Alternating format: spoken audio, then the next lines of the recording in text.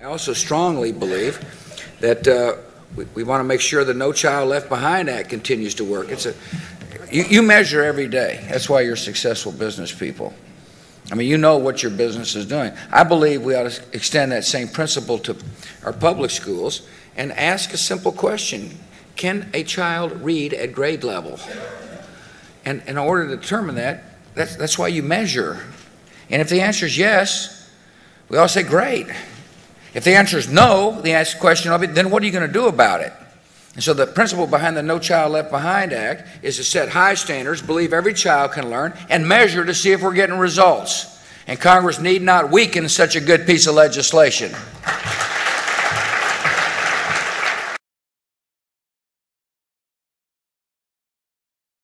Good evening. This is an extraordinary period for America's economy.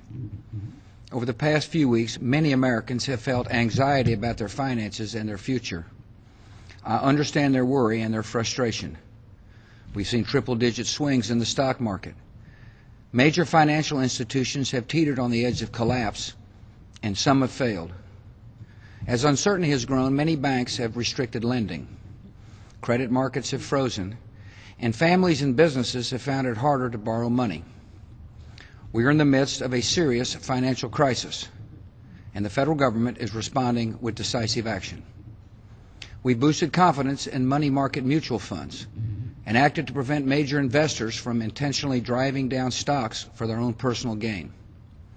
Most importantly, my administration is working with Congress to address the root cause behind much of the instability in our markets.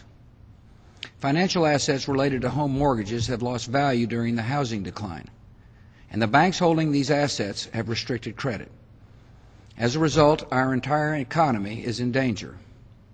So I propose that the federal government reduce the risk posed by these troubled assets and supply urgently needed money so banks and other financial institutions can avoid collapse and resume lending.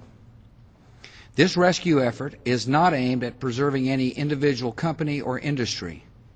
It is aimed at preserving America's overall economy. It will help American consumers and businesses get credit to meet their daily needs and create jobs. And it will help send a signal to markets around the world that America's financial system is back on track. I know many Americans have questions tonight.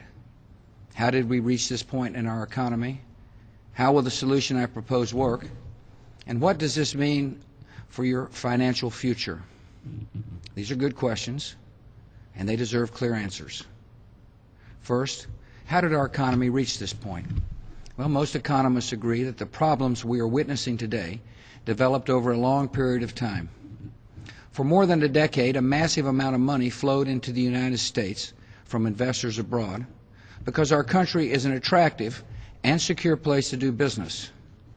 This large influx of money to U.S. banks and financial institutions, along with low interest rates, made it easier for Americans to get credit. These developments allowed more families to borrow money for cars and homes and college tuition, some for the first time. They allowed more entrepreneurs to get loans to start new businesses and create jobs. Unfortunately, there were also some serious negative consequences, particularly in the housing market. Easy credit, combined with the faulty assumption that home values would continue to rise, led to excesses and bad decisions. Many mortgage lenders approved loans for borrowers without carefully examining their ability to pay. Many borrowers took out loans larger than they could afford, assuming that they could sell or refinance their homes at a higher price later on. Optimism about housing values also led to a boom in home construction. Eventually, the number of new houses exceeded the number of people willing to buy them. And with supply exceeding demand, housing prices fell. And this created a problem. Borrowers with adjustable rate mortgages who had been planning to sell or refinance their homes at a higher price were stuck with homes worth less than expected, along with mortgage payments they could not afford. As a result, many mortgage holders began to default. These widespread defaults had effects far beyond the housing market. See, in today's mortgage industry, home loans are often packaged together and converted into financial products called mortgage-backed securities. These securities were sold to investors around the world. Many investors assumed these securities were trustworthy and asked few questions about their actual value. Two of the leading purchasers of mortgage-backed securities were Fannie Mae and Freddie Mac. Because these companies were chartered by Congress, many believed they were guaranteed by the federal government. This allowed them to borrow enormous sums of money, fuel the market for questionable investments, and put our financial system at risk. The decline in the housing market set off a domino effect across our economy. When home values declined, borrowers defaulted on their mortgages, and investors holding mortgage-backed securities began to incur serious losses. Before long, these securities became so unreliable that they were not being bought or sold. Investment banks such as Bear Stearns and Lehman Brothers found themselves saddled with large amounts of assets they could not sell. They ran out of money needed to meet their immediate obligations, and they faced imminent collapse. Other banks found themselves in severe financial trouble. These banks began holding on to their money, and lending dried up, and the gears of the American financial system began grinding to a halt. With the situation becoming more precarious by the day, I faced a choice: to step in with dramatic government action, or to stand back and allow the irresponsible actions of some to undermine the financial security of all. I'm a strong believer in free enterprise, so my natural instinct is to oppose government intervention. I believe companies that make bad decisions should be allowed to go out of business. Under normal circumstances, I would have followed this course. But these are not normal circumstances. The market is not functioning properly. There has been a widespread loss of confidence, and major sectors of America's financial system are at risk of shutting down. The government's top economic experts warn that without immediate action by Congress, America could slip into a financial panic, and a distressing scenario would unfold. More banks could fail, including some in your community. The stock market would drop even more, which would reduce the value of your retirement account. The value of your home could plummet. Foreclosures would rise dramatically.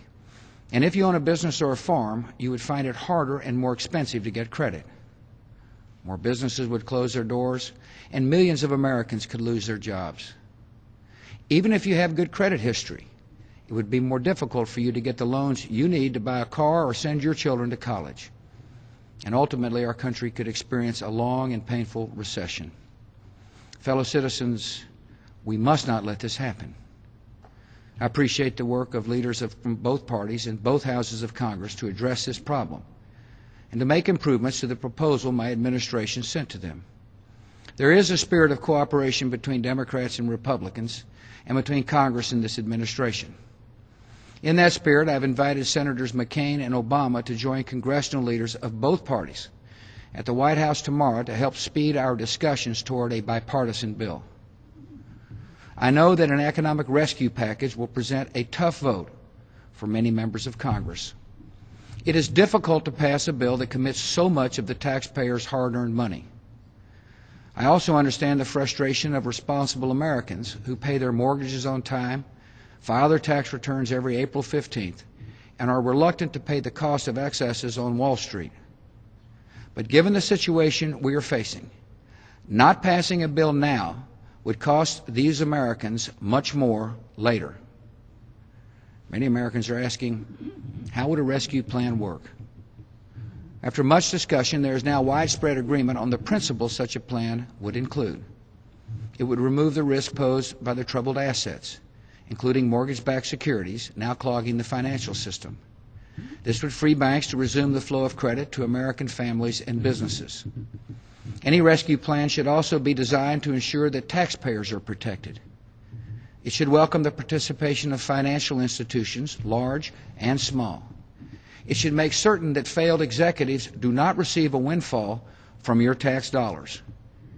It should establish a bipartisan board to oversee the plan's implementation, and it should be enacted as soon as possible.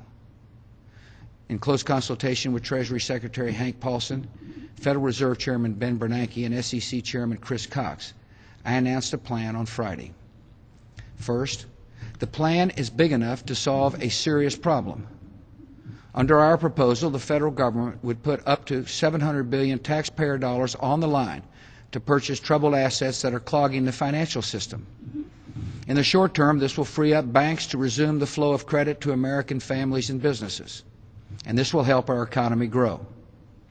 Second, as markets have lost confidence in mortgage-backed securities, their prices have dropped sharply. Yet the value of many of these assets will likely be higher than their current price because the vast majority of Americans will ultimately pay off their mortgages.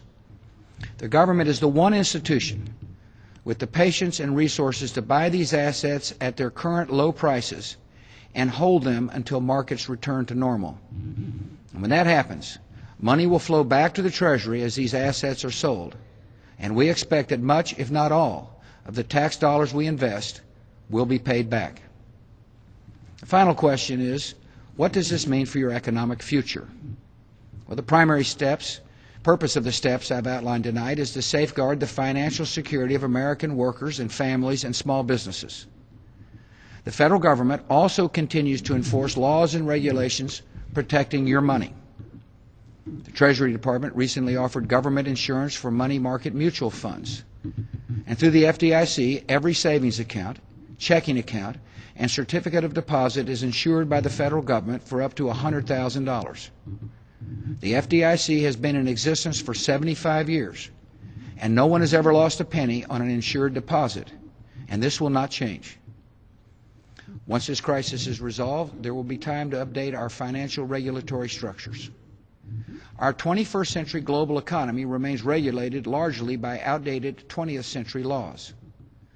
Recently, we've seen how one company can grow so large that its failure jeopardizes the entire financial system.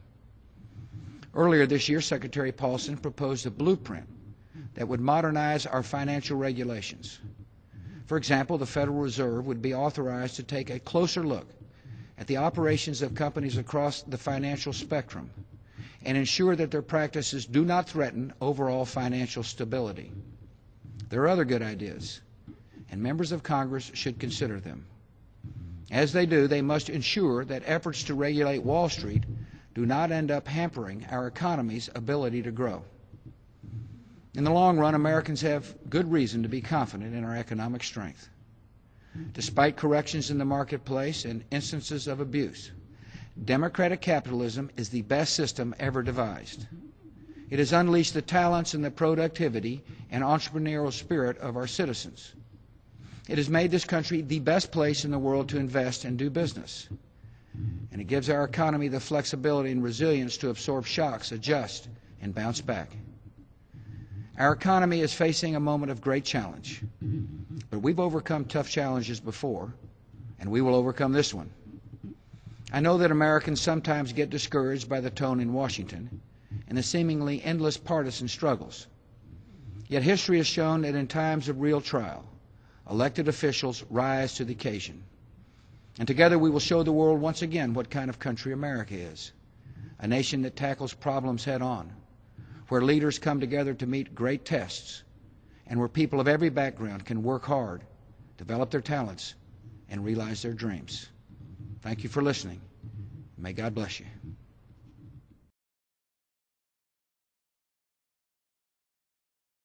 Good evening. Today, our fellow citizens, our way of life, our very freedom came under attack in a series of deliberate and deadly terrorist acts.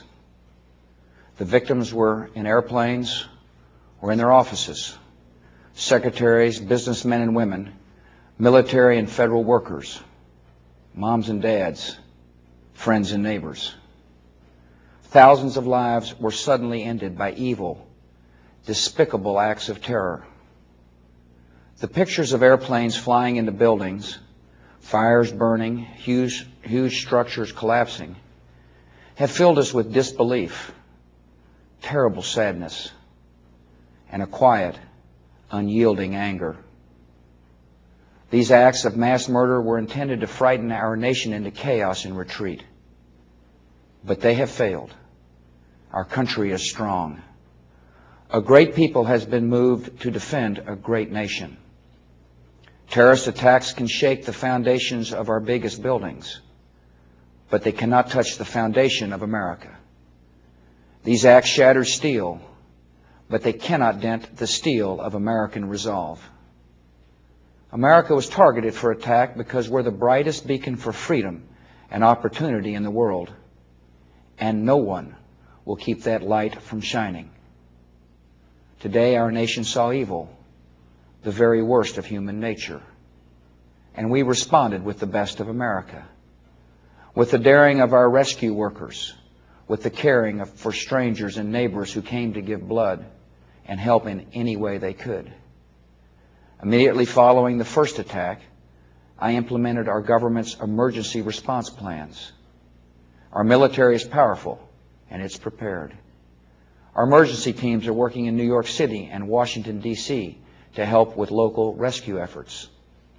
Our first priority is to get help to those who have been injured and to take every precaution to protect our citizens at home and around the world from further attacks. The functions of our government continue without interruption. Federal agencies in Washington, which had to be evacuated today, are reopening for essential personnel tonight and will be open for business tomorrow. Our financial institutions remain strong, and the American economy will be open for business as well. The search is underway for those who are behind these evil acts. I've directed the full resources of our intelligence and law enforcement communities to find those responsible and to bring them to justice.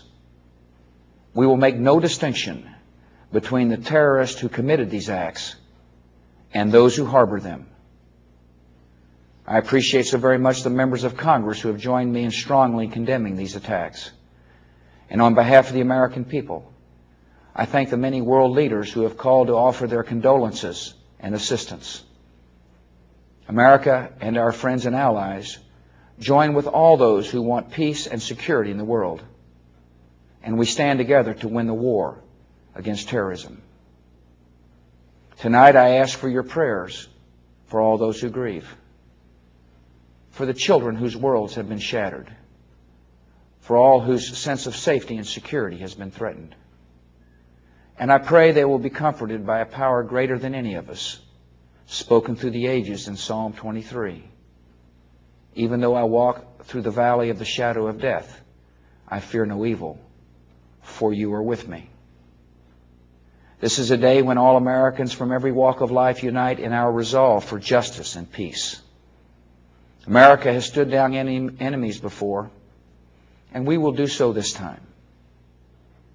None of us will ever forget this day, yet we go forward to defend freedom and all that is good and just in our world. Thank you. Good night, and God bless America.